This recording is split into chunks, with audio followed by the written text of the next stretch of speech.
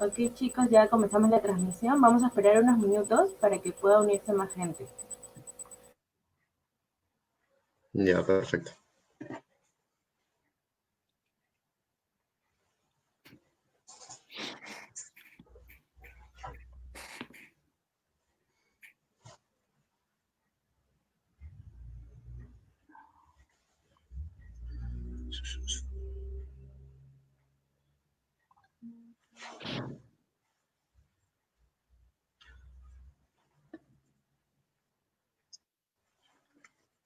Buenas tardes con todos.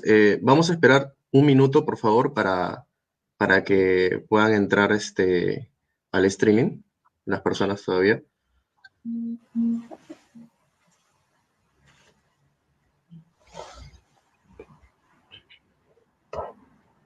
Solamente un minuto nada más.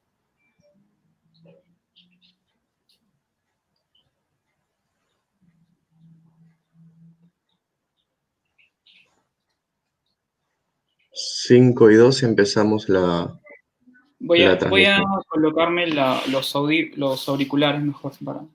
Sí, sí, por favor.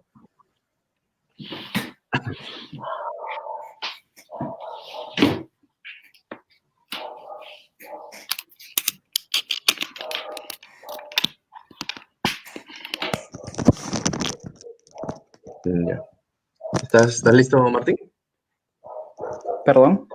¿Estás listo? Sí. Ya, perfecto. Entonces creo que podemos dar inicio. Ok, Eh, lo comparto ya. Sí, bueno, bienvenidos todos a nuestra tercera presentación virtual. Somos la Red Interuniversitaria de Ciencias, RIDEC. Como parte de nuestra serie de charlas de Explorando Ciencias, presentamos hoy la charla de Teorías de campo efectivas y construcción de modelos en física de altas energías, a cargo de Martín Arteaga. Conozcan a Martín, un buen amigo mío también. Martín es bachiller de la UNAC, de la Universidad Nacional de Callao, con estudios de maestría en la Universidad de Sao Paulo, en Brasil, y actualmente es doctorando en esta misma casa de estudios. Hola Martín, ¿qué tal? ¿Cómo estás? ¿Qué tal? ¿Cómo estás? Muchas gracias, Alexis, por la introducción. Ustedes me dicen en qué momento empezar. La introducción fue súper precisa. Solamente, pues, acotar que durante mi maestría el tópico de trabajo, de hecho, fue en teorías relacionadas a cuerdas y a cuerda supersimétrica, de hecho. Y pues ya es física de partículas, ese es el foco de todo el trabajo del doctorado, ¿no? Sí, creo que ya sí podríamos comenzar con la charla, Ok, Martín. ok. Te damos la tela. Ya. Ok, vamos. Bueno, entonces yo voy a hablar hoy día sobre teorías efectivas y pues construcción de modelos dentro de lo que es física de partículas o física de altas energías. Como bien dijo Alexis, pues yo pertenezco al grupo de partículas de la USP, de la Universidad de Sao Paulo. Y bueno, ahí coloqué una foto del instituto. Vamos a ver.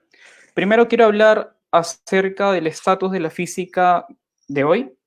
Pues la física está medio que dividida en ciertos sectores. Esos sectores están determinados a qué rango de energía o a qué escala de distancia estamos trabajando. Cuando estamos a escalas pequeñas o energías altas, nos encontramos en el terreno de la física de partículas, del modelo estándar. Y cuando hablamos cuando estamos a distancias grandes y estamos hablando del modelo estándar de la cosmología, ¿no? El cual está basado en el modelo FRW y Lambda Coldar Matter. Ambos modelos pues son súper bien establecidos dentro de sus rangos de energía. Ellos predicen con total precisión un montón de fenómenos que han sido verificados obviamente experimentalmente, el cual siempre va a ser la prueba de fuego. Sin embargo, ambos, pues debido a los regímenes de energía diferentes en los cuales trabajan y a la matemática también que los diferencia, pues no tienen una conciliación actualmente, ¿no? Ambos modelos pues tienen limitaciones, como les dije. En el caso, por ejemplo, de el modelo estándar de la cosmología, pues no se tiene una explicación adecuada para lo que es la materia oscura ni la energía oscura. Hay otros problemas que lidian más con la existencia del comportamiento, por ejemplo, del perfil de dark matter cerca de los centros de galaxias, o la no existencia de satélites, ¿no? Que a veces son explicados por los halos de materia, por la protección de los halos de materia oscura, etcétera, etcétera. Esos son algunos problemas, algunas medias verdades, ¿no? Dentro de la cosmología. Que claro, Martín, eso no significa... Dime. disculpa que te interrumpa. Aún no estamos viendo tu pantalla, no sé si la estás compartiendo, tal vez. Sí, la estaba compartiendo. ¿No se puede ver? No la podemos ver. A ver, Ok. dame un segundo.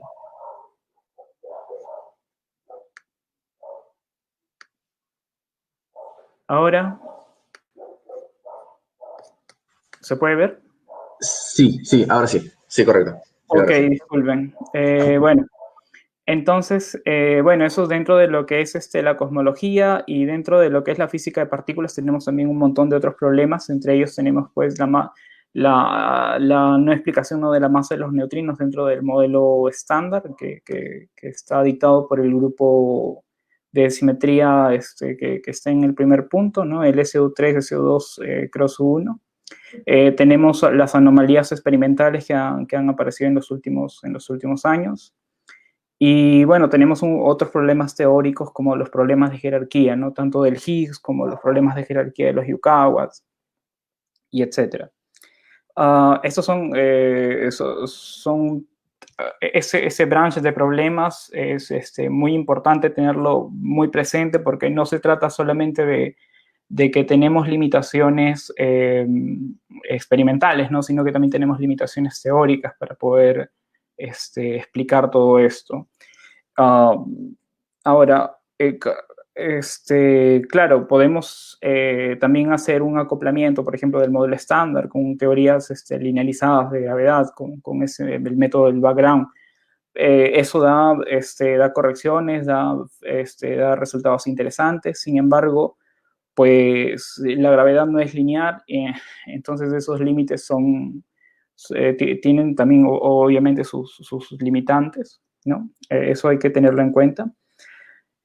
Entonces, más o menos ese es el picture que tenemos ahora de la física. Ahora, dentro de lo que son las teorías, la construcción de modelos, tenemos dos formas de aproximarnos.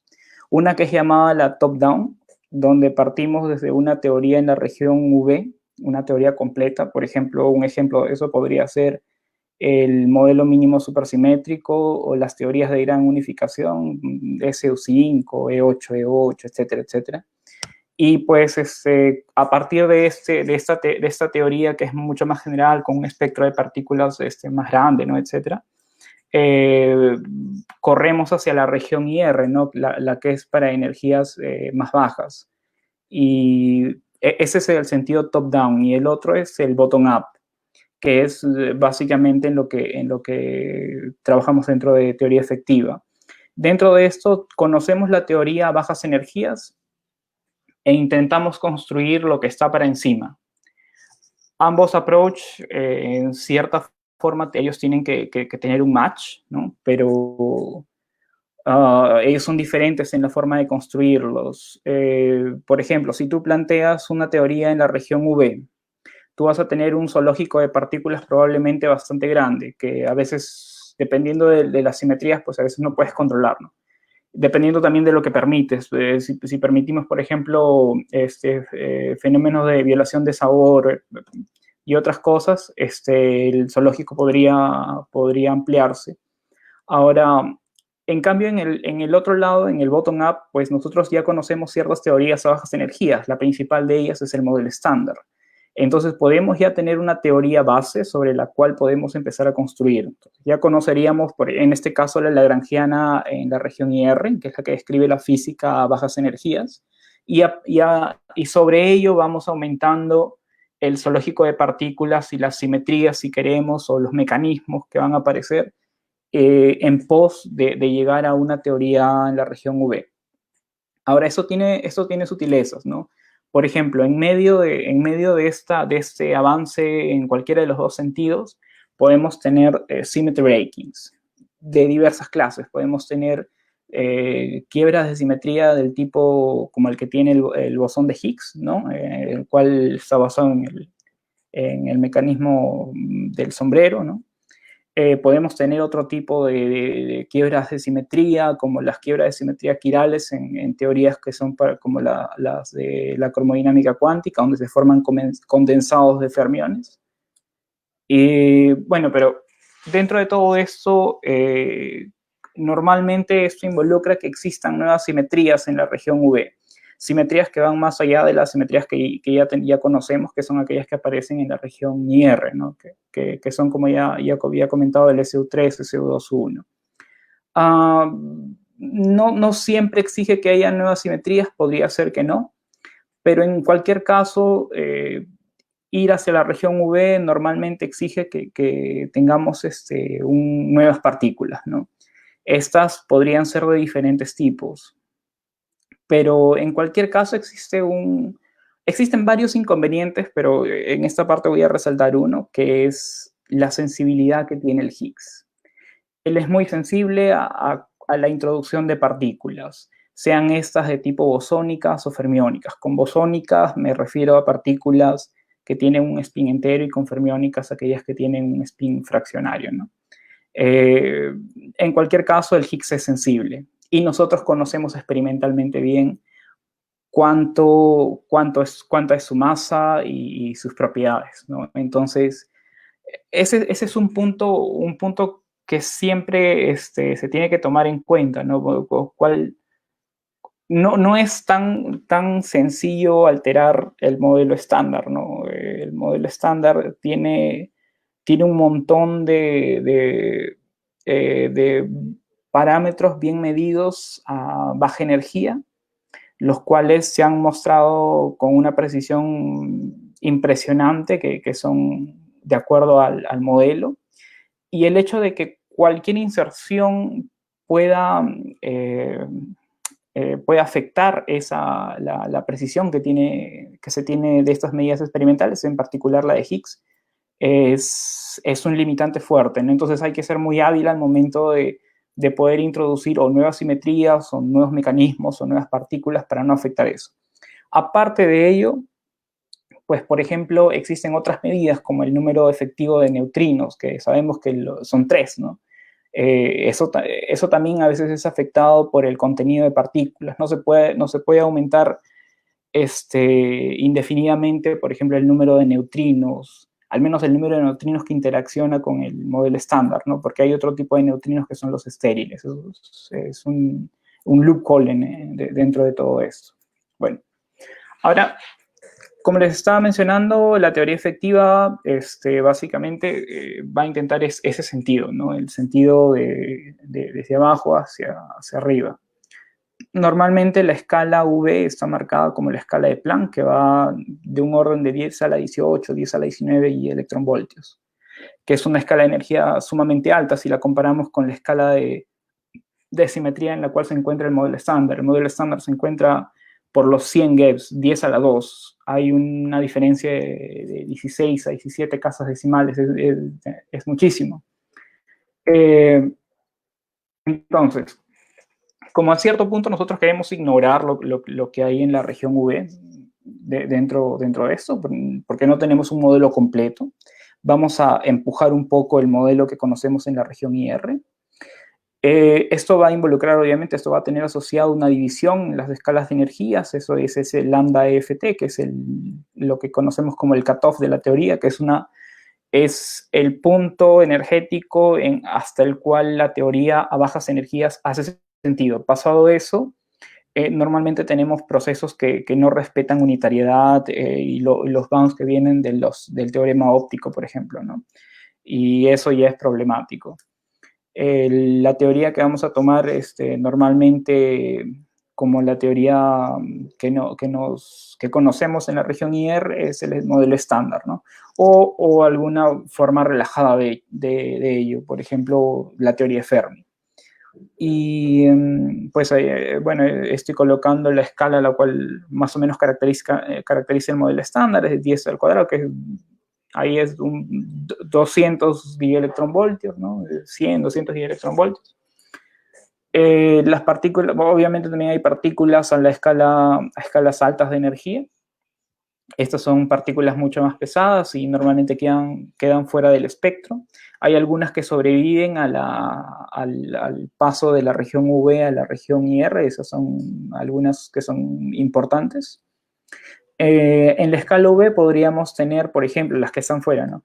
Podríamos tener escalares, normalmente ellas son representadas por la letra phi, que pueden ser de diversos tipos. Podemos tener n escalares, también podemos tener un número X de fermiones, podemos tener bosones vectoriales masivos o no masivos, y también podríamos tener a la gravedad, ¿no? En cualquier caso, una vez que colocamos esta escala del cutoff, nosotros vamos a olvidarnos de aquellas partículas que están para la parte de arriba. Eso no significa simplemente que las volvemos cero, ¿no? Porque ellas pueden tener un impacto en la región IR. Y esto es importante tenerlo en cuenta. Dentro de un approach más técnico, lo que se usa normalmente es el grupo de renormalización, ¿no? Para ver cómo afectan este zoológico de partículas a los parámetros de la teoría conforme uno va desde la región de más altas energías hacia la región más baja. También pues hay que tener en cuenta que en la región IR también podemos tener cutoff, ¿no? Cutoff en las escalas bajas. El ejemplo más claro que tenemos de eso, por ejemplo, es la escala de condensación de la cromodinámica cuántica, que está por los cientos de MeVs, ¿no? Y eso ocurre porque se empiezan a formar condensados, ¿no? Los condensados quirales debido al confinamiento. Entonces, en esa región de energía se plantea un tipo de teoría, que es la teoría efectiva. Y esa, pues, está por la lagrangiana del modelo estándar, que es la que conocemos, más nuevos términos que se adicionan y los que van a representar la nueva física. Son estos términos los que pueden ser solamente basados en nuevas partículas o combinaciones de las partículas del modelo estándar con las nuevas partículas. Claro, siempre tienen que respetar las simetrías que estamos imponiendo o la violación de simetrías también que estamos imponiendo, y ellas van a afectar, ¿no? los parámetros que tenemos. Una vez que calculamos esos parámetros, podemos ir a los datos experimentales y ver cuánto de esto concuerda, ¿no? Entonces, así es como podemos tener una idea de qué es permitido y qué no es permitido, lo cual es un punto bastante sensible, porque yo podría imaginar una teoría X que puede ser súper bonita, podría imaginar un montón de nuevas simetrías, pero si yo al colocarlas y al aparecerme estos nuevos términos que son las que reproducen nueva física y calcular los parámetros que experimentalmente se pueden medir, me lleva a zonas que están prohibidas, a zonas que no tienen sentido físico, entonces esa teoría no va, esa teoría no está permitida. Entonces, esa parte es a la que nosotros llamamos fenomenología, ¿no?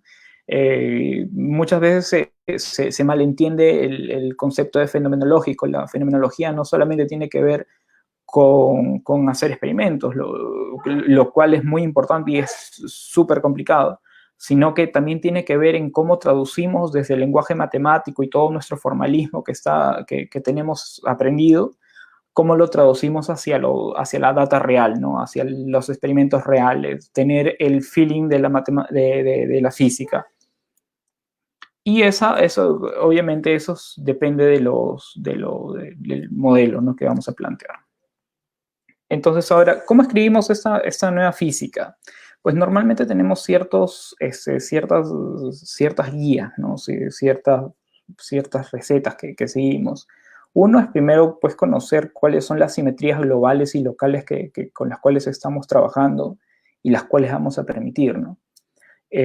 Cuál es el espectro de partículas que tenemos, que eso va a depender también de dónde nos estamos colocando en la escala de energía.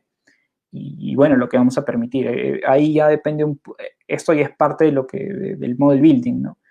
Y eso depende de la habilidad de los investigadores, ¿no? O a qué quieren llegar. Ahora, normalmente existen dos approaches para las CFTs, aquellas que se construyen a través de operadores efectivos y aquella que está basada en lo que son los modelos quirales. ¿Cuáles son estos operadores efectivos? Formalmente los operadores efectivos aparecen como los resultados a baja energía del flujo de Wilson cuando colocamos a un cutoff. En esos puntos se suelen hacer lo que se llama el matching, ¿no? Pero solamente voy a hacer una esquematización de esto. Existe una forma general de escribir estos operadores efectivos, que es esta, ¿no? Se tiene un coeficiente que es aquel lado con el C minúscula, ¿no? que es el coupling. Esto va a aparecer junto con una escala lambda, que va a ser la escala, el cutoff que habíamos colocado, hasta donde va a tener sentido la teoría. Y esto va a estar asociado junto con un operador. Este operador normalmente es de dimensión mayor a 4. Entonces, la teoría efectiva queda escrita de esta forma. Tenemos el modelo estándar. En este caso solamente me estoy basando en el modelo estándar. Y tenemos el resto del bunch de operadores que van a aparecer a mayores dimensiones, ¿no? A dimensión 5, 6, 7, 8, etc. Existen ciertas cosas que son muy interesantes. Por ejemplo, cuando nos vamos a dimensión 5, tenemos el operador de Weinberg, el cual es muy interesante porque está asociado con este diagrama, donde las H mayúsculas pues son los Higgs que están interaccionando. No sabemos lo que está en medio, ¿no? Pero está interaccionando con dos dupletos leptónicos. Estos, bueno, esos se escriben de esta forma. Entonces, lo interesante es que al momento de que el Higgs coja su BEP, cuando ocurre la quiebra de simetría, esto va a dar lugar a la existencia de un término masivo para los neutrinos, en este caso neutrinos de Majorana. Y es importante porque ese operador es el único que se puede construir con las partículas del modelo estándar. Es el único definido en dimensión 5. Por ahí hay quien dice que si los neutrinos no tienen más, bueno, los neutrinos tienen masa, ¿no? Ellos tienen que ser de Majorana, ¿no? Pero todavía hay una duda entre si la naturaleza de ellos es de Majorana o es de Dirac. Es algo que todavía está en debate y también pertenece al grupo de problemas que aún están en el aire dentro de física de partículas. En dimensión 6, considerando solamente el espectro del modelo estándar y, por ejemplo, conservación del número bariónico, tenemos un total de 59 operadores. Si además introducimos color, etcétera, eso se multiplica para muchísimo más. Ese es en el caso de lo que son las teorías efectivas. Y en el caso, por ejemplo, de los modelos sigma. Los modelos sigma, ellos están basados bueno, ellos son también un tipo de teoría efectiva, pero ellos se pueden como aplicar, se aplican más a teorías que poseen confinamiento, ¿ya? En este caso, por ejemplo, teorías tipo cromodinámica cuántica, ¿no? De tipo QCD. Pero no solamente están limitados a ellas, pueden ser otros tipos de teorías que están asociadas a alguna simetría de gauge no abeliana, ¿no? En este caso, estas están definidas por una simetría aproximada global, que es de la forma SUNF, y las otras dos simetrías que son abelianas, ¿no? Las dos primeras ya nos hablan de que el modelo es aproximadamente simétrico sobre rotaciones, ¿no? Sobre quiralidad.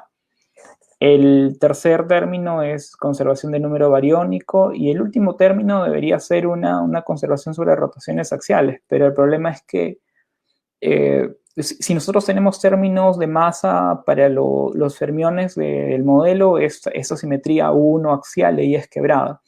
Pero si nosotros incluso no tuviéramos términos masivos, esa simetría no se ve a niveles de baja energía. Esto representó un problema que demoró tiempo para ser entendido.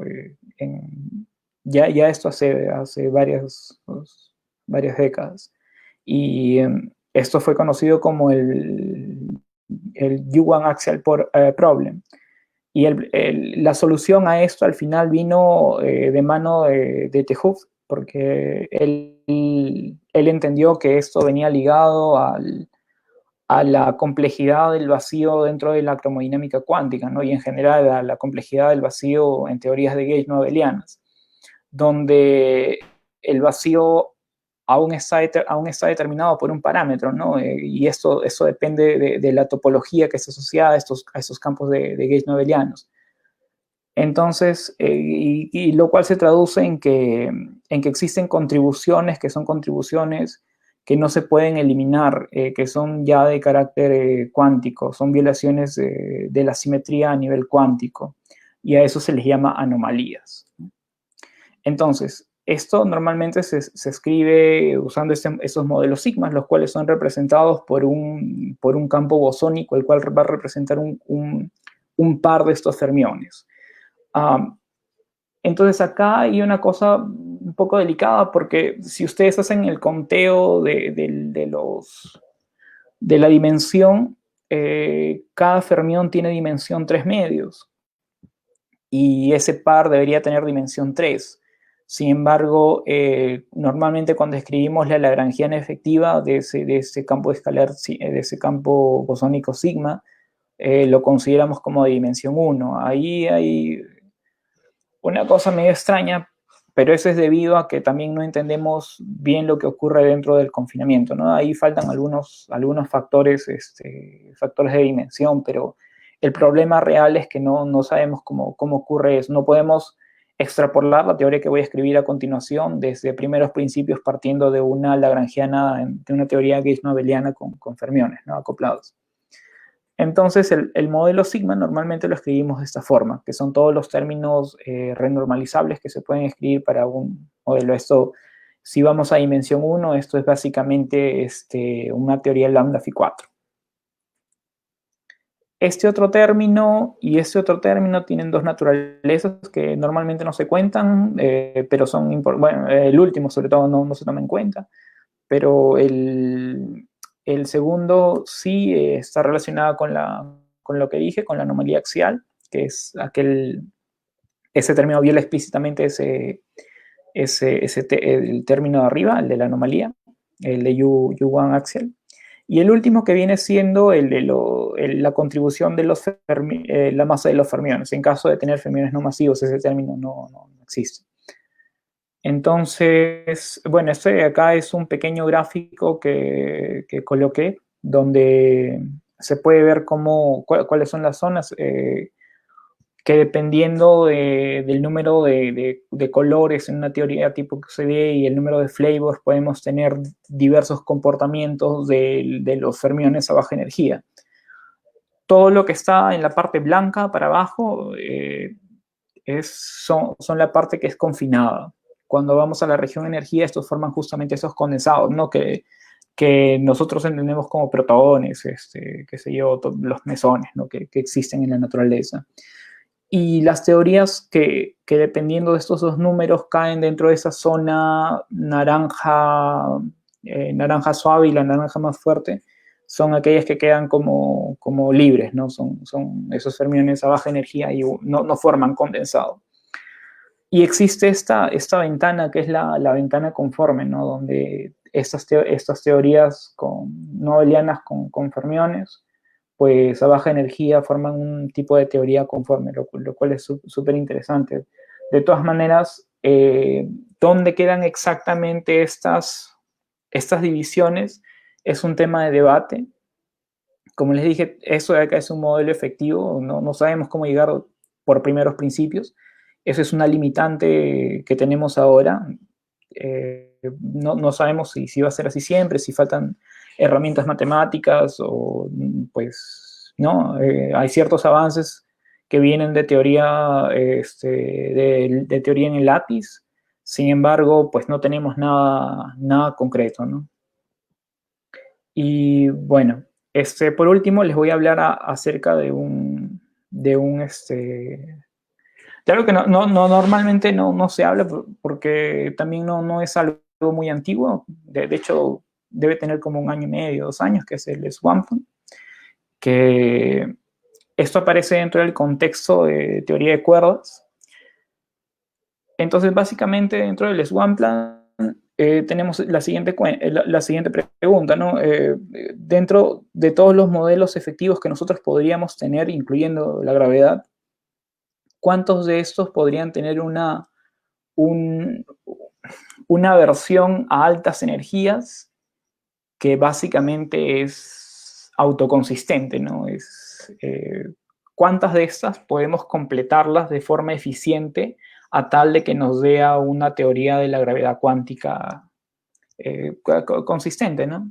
Que haga sentido, que no tenga, qué sé yo, infinitos y etcétera, ¿no? Entonces, normalmente dentro de lo que aparece en teoría de cuerdas, pues se considera como el ideal a la teoría de gravedad cuántica a cuerdas, ¿no?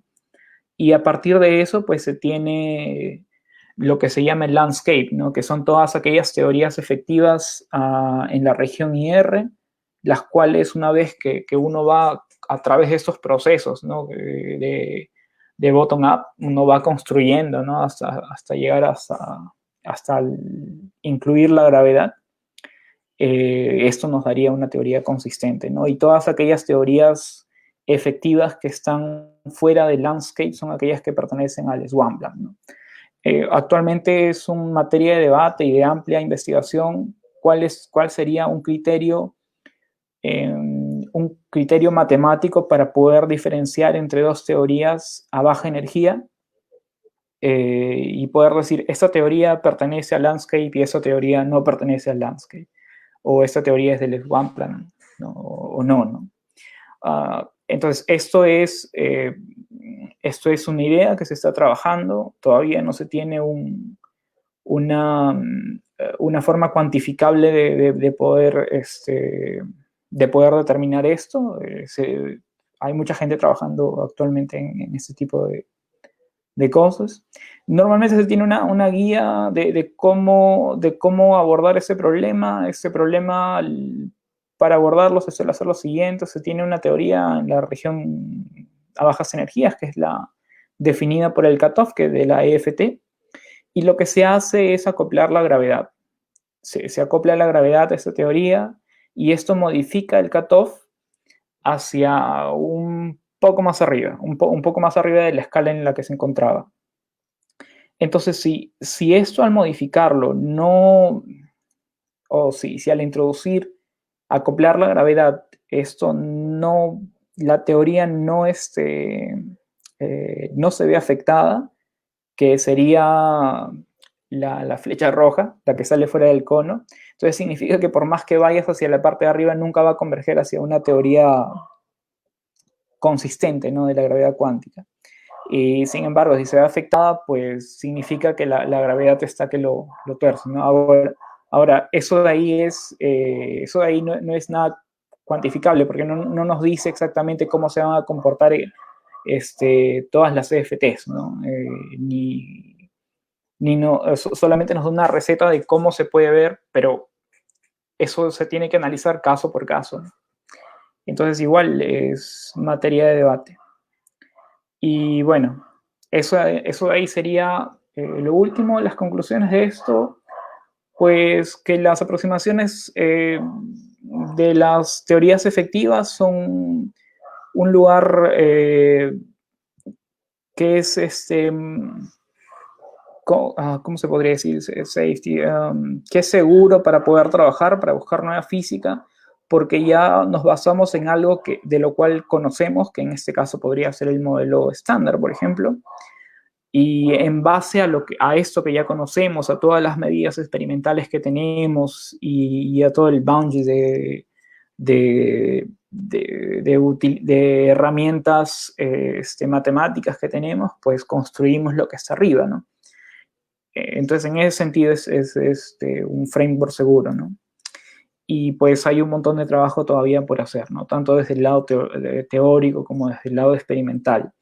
Desde el lado teórico, pues están estos problemas, por ejemplo, los problemas de jerarquía, que todavía hay un montón en discusión. De hecho, no existe una solución única. Posibles soluciones son supersimetría, modelos de Higgs compuesto, dimensiones extras, hay bastantes, y pues último los modelos de relaxion. Y desde el lado experimental pues hay un montón también, ¿no? Las anomalías, no era el foco de esto, pero las anomalías experimentales representan un problema actual y que todavía estamos enfrentando. Hay varias propuestas teóricas para solucionarlo, por ejemplo, los problemas del G-2 o en este caso, lo último, las anomalías de Anita que se encontraron en la detección de neutrinos en el Polo Sur, y así, ¿no? Y bueno, aparte tenemos esto del Swampland, que ha entrado no hace mucho. Y bueno, es eso básicamente. Muchas gracias por escucharme. Ese es una pequeña imagen que tomé hace unos días que estaba leyendo un blog, que fue una conversación en uno de los encuentros de física teórica que hubo entre Feynman y Dirac, la cual es súper graciosa porque es la tercera vez que se encontraban, y las otras dos primeras habían sido más, de hecho aquí me parece que conversaron más que en las otras dos. Las otras dos fue uno dijo una cosa, el otro dijo otra cosa y cada uno se fue por su lado. Y solamente para acabar, bueno, comentarles que vamos a estar dando unas nuevas ediciones de Teach of Science el 1 de agosto con la temática de esta serie Dark, y el 25 de agosto vamos a presentarnos en la Feria Internacional del Libro, y la temática es una temática sorpresa. Muchas gracias. Muchas gracias, Martín. Gracias por tu exposición.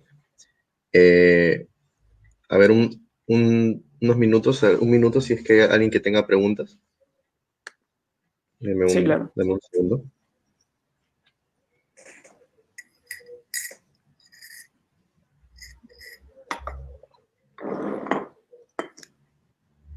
Ya, a ver, aquí tengo una pregunta. Sí. Es de Omar Suárez Navarro. Sí. Nos dice, ¿hay operadores efectivos donde se incluya gravedad? ¿Y cómo se describen, si es que hubiese? Pues, claro, uno podría construir. La verdad es que personalmente yo nunca he visto alguno que sea construido en base de un operador. No, sí, de operadores de rango 2 sí, pero que no estaban asociados con gravedad.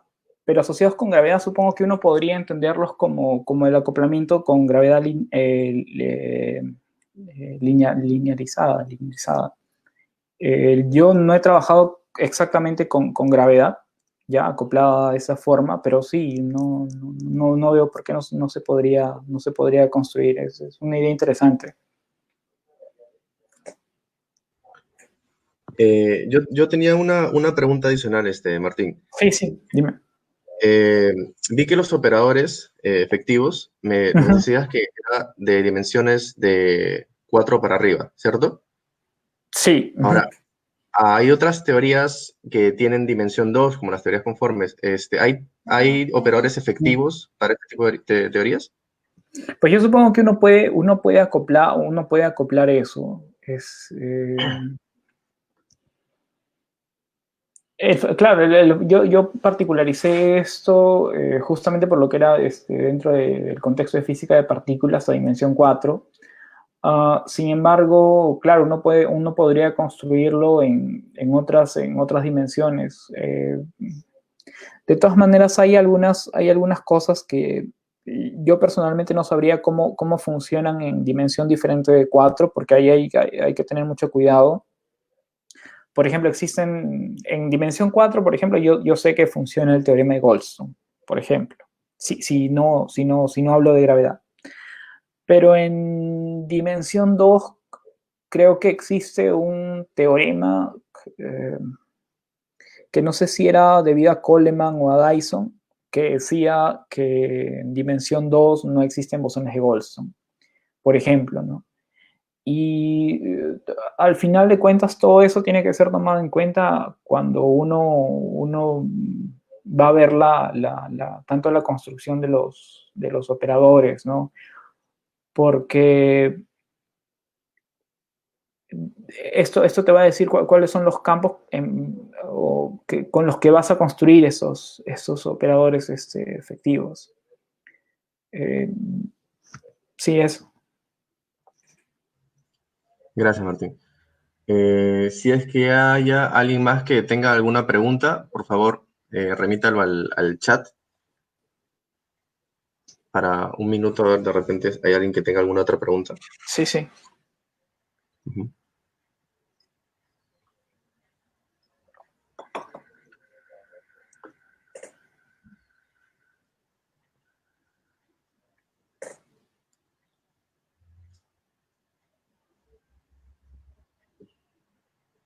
Bueno, parece que si no hay más preguntas,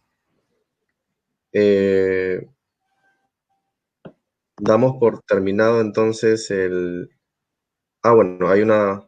Sí. Han aparecido un par de preguntas. Claro. Bueno, Michael Fernández nos pregunta, ¿la teoría de campos efectivos se puede relacionar con el formalismo DKP? BKP. El formalismo DKP me parece que es un formalismo ruso, de Duffin, me parece que es. Si no estoy mal. ¿De qué trata el formalismo BKP, perdón? Realmente no sé. Michael Fernández nos pregunta sobre la teoría de campos efectivos, si es que se puede relacionar con el formalismo DKP. DKP. La verdad es que no he escuchado, o tal vez lo he visto sin ese nombre, ¿no? No sé. No he escuchado de ese formalismo. Ya. Tenemos otra pregunta. Sí. Que nos dice de Mac Aguirre, Guamani, nos dice, ¿cuál podría ser la aplicación de estudiar campos efectivos? Uh-huh. ¿No? ¿Cuál sería la aplicación de estudiar campos efectivos? Pues podemos aplicarlo, o sea, podemos en el sentido de aplicación, de contrastarlo con datos experimentales, supongo que es la pregunta. En ese sentido, esto nos permite el contacto con la parte de la verificación experimental de manera casi inmediata, ¿no? Por ejemplo, si uno modifica el zoológico de partículas solamente con un escalar extra y lo acopla y forma los operadores efectivos que se formarían solamente por introducir un escalar, y luego uno mide, por ejemplo, algún parámetro de los weak precision measurements del modelo estándar, uno sabe cuán acoplado o no acoplado podría ser ese campo, o si el modelo lo permite su existencia. Entonces, en ese sentido, tiene una aplicación directa. Ahora, no sé si es ese sentido de aplicación que que él está preguntando, o si es en otro sentido de aplicación. Sí, nos decía que estaba bastante interesado y quería saber un poco más sobre las aplicaciones de la teoría de campos efectivos. Sí, sí, Eh, claro. La teoría de campos efectiva, pues como ven, es un approach, ¿no? Yo lo puedo usar para diversas cosas. Es justamente por eso que existe, el Swampland, ¿no? ¿De dónde está? Aquí tenemos otra pregunta de Nel Serna. Nos dice, ¿existe algún modelo efectivo que permita dar de una forma natural masa a los neutrinos o necesariamente se necesita un mecanismo? No entendí. Bueno, esa era más o menos su pregunta, creo. El Sí. CESO, no sé. De forma natural los neutrinos o... Menciona un mecanismo, pero no llegué a entender su mecanismo. ¿Será el CISO? Sí, ese, CESO. Ok, el CISO. De forma natural, masa de forma natural a los neutrinos. Mm, esa pregunta es medio complicada porque, bueno, el mecanismo de CISO nos explica por qué estas son tan leves, ¿no? Otra forma es no remitirnos a naturalidad y permitir, por ejemplo, Yukawas del orden de 10 a la menos 15, ¿no? Y con eso tendríamos la explicación a la masa de los neutrinos.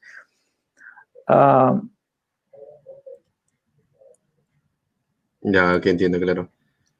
Mm, Eh, usando el formalismo de operadores efectivos y basados solamente en el zoológico de partículas del modelo estándar,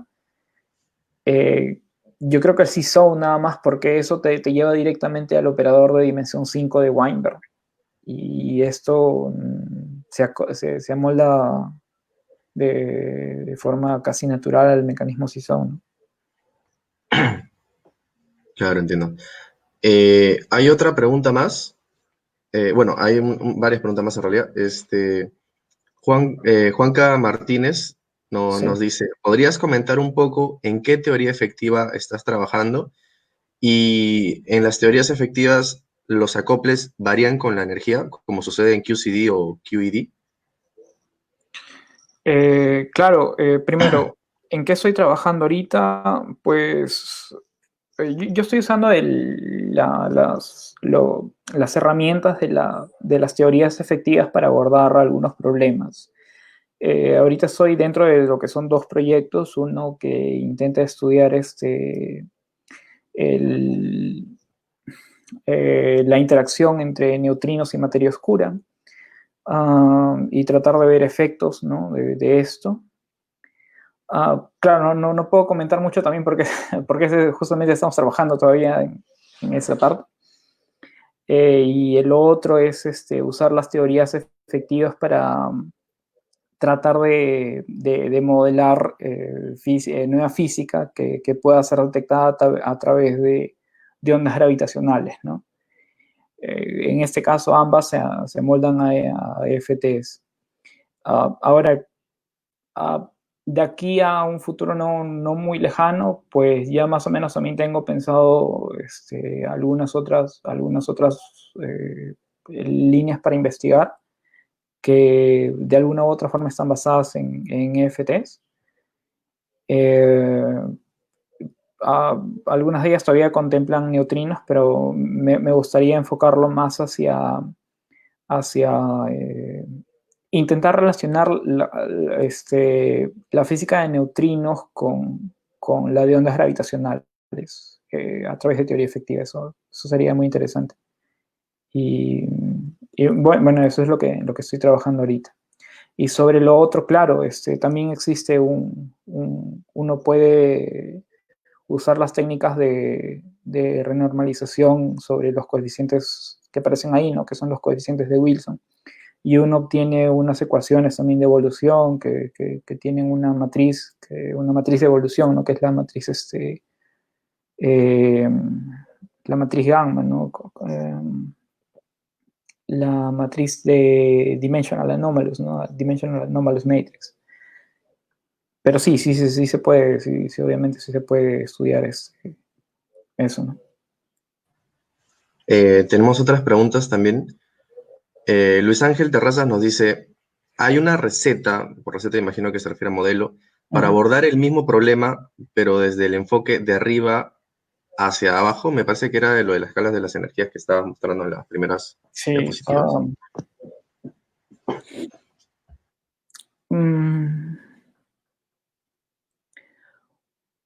Una receta similar, no creo, porque la forma es diferente.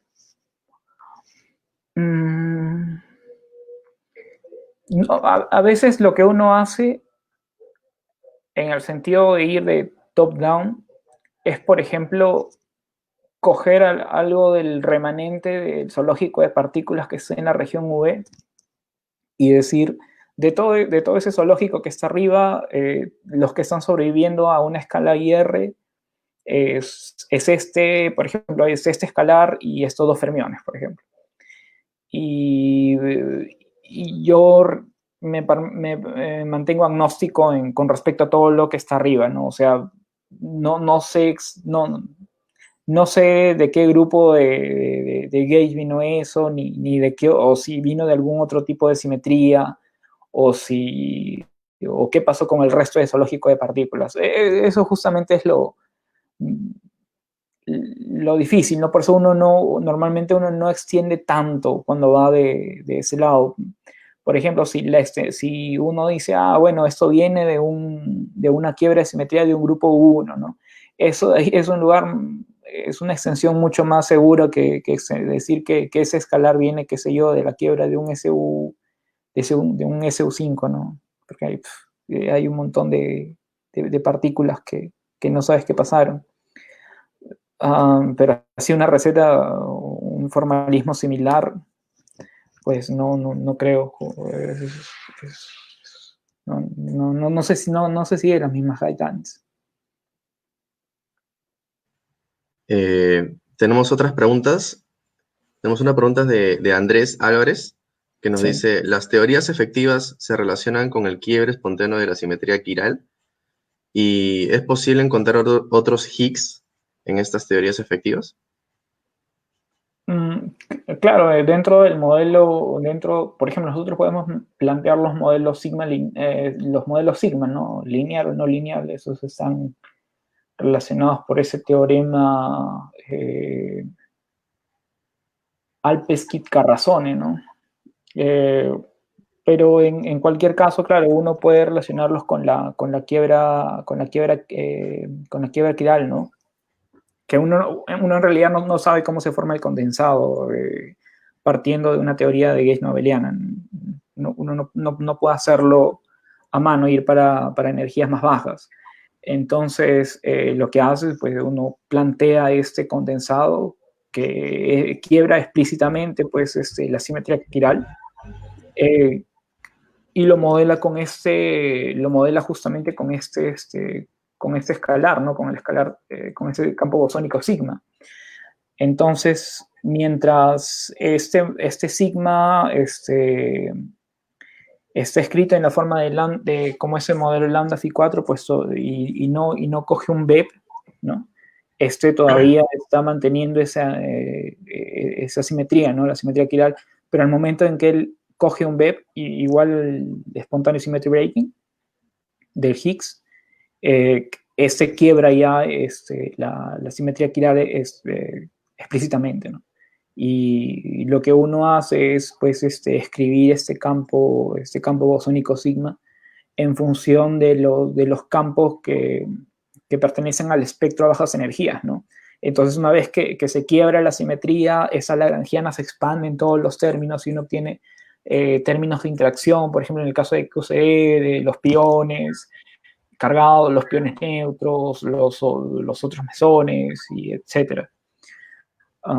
Pero sí funciona en ese mismo sentido y se puede hacer, sí. Por último, tenemos una última pregunta Sí. que nos dice, ¿es cierto que si se forma un condensado de neutrinos usando EFT, este mismo se puede comportar como un campo escalar que tengan las características del campo inflacionario? Eso nos pregunta Jesús Mechato. Un condensado de neutrinos. Mm, mm, es que no. Estoy tratando de pensar cómo se formaría un condensado de neutrinos, o al menos de los neutrinos del modelo estándar, ¿no? ¿Cómo se formaría un condensado de los neutrinos del modelo estándar? Que ellos interaccionan a través de la fuerza electrodébil, ¿no? Entonces, no, o sea, ellos no pueden, en principio ellos no pueden formar condensado. Usando EFT nos comentó él. Ok. ¿Puedes repetir esa pregunta, por favor? Claro. Nos dice si es posible que se forme un condensado de neutrinos usando EFT y si este mismo se puede comportar como un campo escalar que tengan las características del campo inflacionario. Ya, era la pregunta, si se podía. Ya, ok, ahora lo entiendo. No se puede. O sea, uno puede escribir un término que viene, por ejemplo, como el del operador de dimensión 5 de Weinberg, el cual da masa a los neutrinos, ¿no? Es una masa que da más, bueno, es un término que da masa a los neutrinos y eso tiene que ser majorana, ¿no? Porque violan el número leptónico. Pero no están formando un condensado. Un condensado se forma por la interacción de campos de interacción fuerte, ¿no? De campos no, en este caso, no abelianos, pero cuyo juego entre el número de flavor y el número de color justamente hace que el running de su acoplamiento de la función beta posea confinamiento, no sea negativo. Lo cual no ocurre, ¿no? En el caso de los neutrinos. Ellos sí ganan masa, pero no es que forman condensado. Perfecto.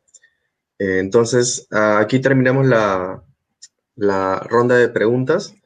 Una vez más, muchas gracias, Martín, por tu exposición. Muchísimas gracias. Gracias a ustedes por la invitación. Muchas gracias por apoyar la causa. Recordar, antes de que salgan de la sesión, recordarles que la próxima semana tenemos otro evento más de la serie Explorando Ciencias en Biotecnología y Estrés Salino en Tomate, con el doctor Ramsés Salas Asensios. No se olviden de estar atentos a la página, y para los que han postulado a RIDEC, estén revisando sus correos en estos días porque vamos a estar enviando respuestas. Justamente va a salir una publicación sobre esto en estos días. Así que bastante atentos, por favor. Muchísimas gracias a todos por asistir, más bien. Muchas gracias. Me despido. Chao, chao. Chao, gracias.